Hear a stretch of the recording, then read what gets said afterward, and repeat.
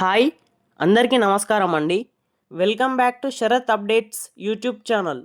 తెలంగాణ రాష్ట్ర ప్రభుత్వం మరో శుభవార్త తెలిపింది. పెన్షన్ లబ్ధిదారులకు 4016, వాళ్ళకైతే 6016 ముహూర్తం ఫిక్స్ చేసిన ప్రభుత్వం. పూర్తి వివరాల కోసం వీడియోను పూర్తి వరకు చూసే ప్రయత్నం అయితే చేయండి. పూర్తి వరకు చూస్తేనే ఈ వీడియోలో ఉన్న సమాచారం మీకు క్లియర్గా అర్థమవుతుంది. అలాగే వీడియోని ఖచ్చితంగా లైక్ చేయండి. లైక్ చేస్తేనే ఇలాంటి సమాచారం మీకు అందివ్వడానికి నాకు మోటివేట్గా ఉంటుంది. అలాగే ఛానల్ని సబ్స్క్రైబ్ చేయండి. తెలంగాణ ప్రజలు ఎప్పుడెప్పుడా అని ఎదురు చూస్తున్న పథకాల్లో ఆసరా పెన్షన్ కూడా ఒకటి. గతంలో వృద్ధులు, వితంతువులు, బీడీ కార్మికులకు నెలకు 2000, దివ్యాంగులకైతే 4000 ఇస్తుండగా కాంగ్రెస్ ప్రభుత్వం వచ్చాక అందరికీ 2000 పెంచి ఇస్తామని హామీ ఇచ్చారు. ఇప్పటి వరకు 17 నెలలు అయినా కూడా అమలు లేదు. కాగా ఈ పెన్షన్ డబ్బులు ఆసరా పెన్షన్ పథకానికి అమలు చేసేందుకు ప్రభుత్వం కసరత్తు చేస్తుంది. తెలంగాణ రాష్ట్రంలో అధికారంలోకి వచ్చి ఏడాదిన్నర పూర్తవుతున్న నేపథ్యంలో రేవంత్ సర్కార్ కీలక నిర్ణయాలు తీసుకుంటుంది.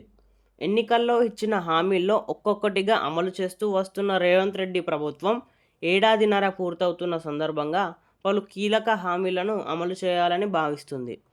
ఇప్పటికే 6 గ్యారంటీలో భాగంగా మహిళలకు ఉచిత బస్సు పథకం, రైతు రుణమాఫీ, 500 రూపాయలకే గ్యాస్ సిలిండర్, 200 యూనిట్ల మేర ఉచిత విద్యుత్ పథకం, ఆరోగ్యశ్రీ వంటి పెంపు లాంటి కీలక పథకాలను అమలు చేస్తున్న కాంగ్రెస్ ప్రభుత్వం రాష్ట్ర ప్రజలు ఎప్పుడెప్పుడు అని ఎదురు చూస్తున్న రైతు భరోసాతో పాటు ఆసరా పెన్షన్ పథకాలపై కూడా కీలక నిర్ణయం తీసుకున్నట్టు తెలుస్తుంది.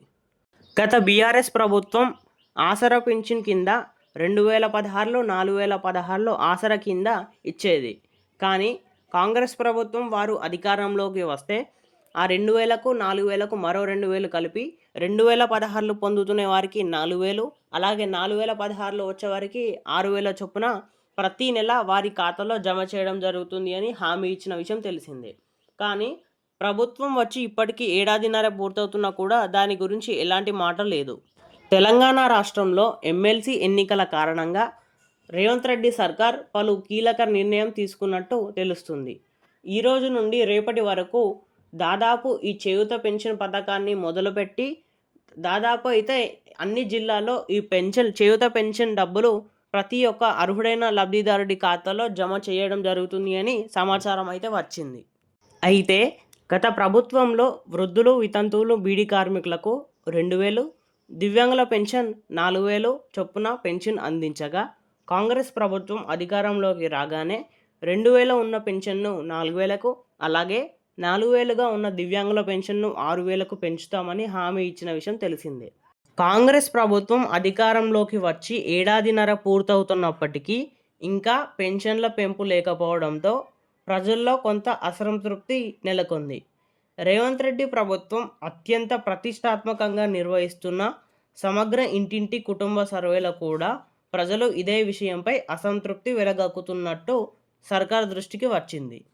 మరోవైపు త్వరలోనే సర్పంచ్ ఎన్నికలు కూడా ఉండటంతో ప్రజల్లో కొంత అసంతృప్తి కాంగ్రెస్ ప్రభుత్వంపై ప్రభావం చూపే అవకాశం కూడా ఉండటంతో ఆసరా పెన్షన్ను అమలు చేయడానికి కీలక నిర్ణయాలు తీసుకునే దిశగా ప్రభుత్వం అయితే అడుగులు వేస్తుంది.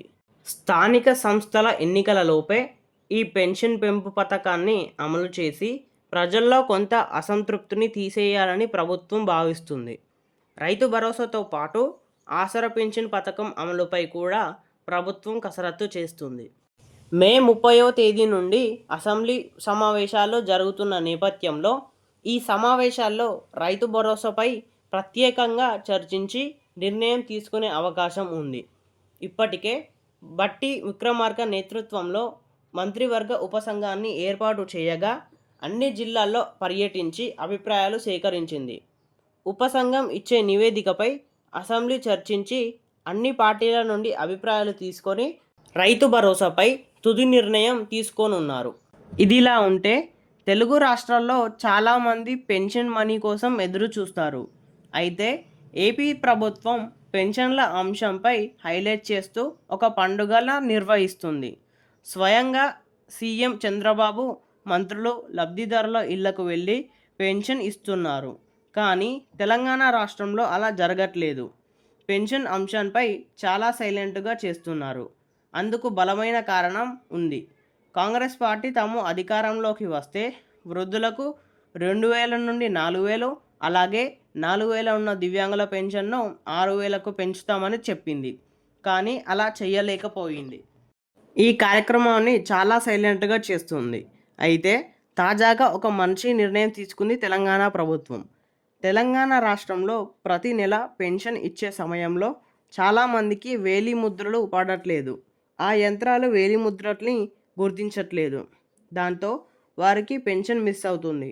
ఆ తర్వాత వారు ఆఫీసుల చుట్టూ తిరగాల్సి వస్తుంది. ఈ విషయం ప్రభుత్వం పెద్దల దృష్టికి తీసుకెళ్ళింది.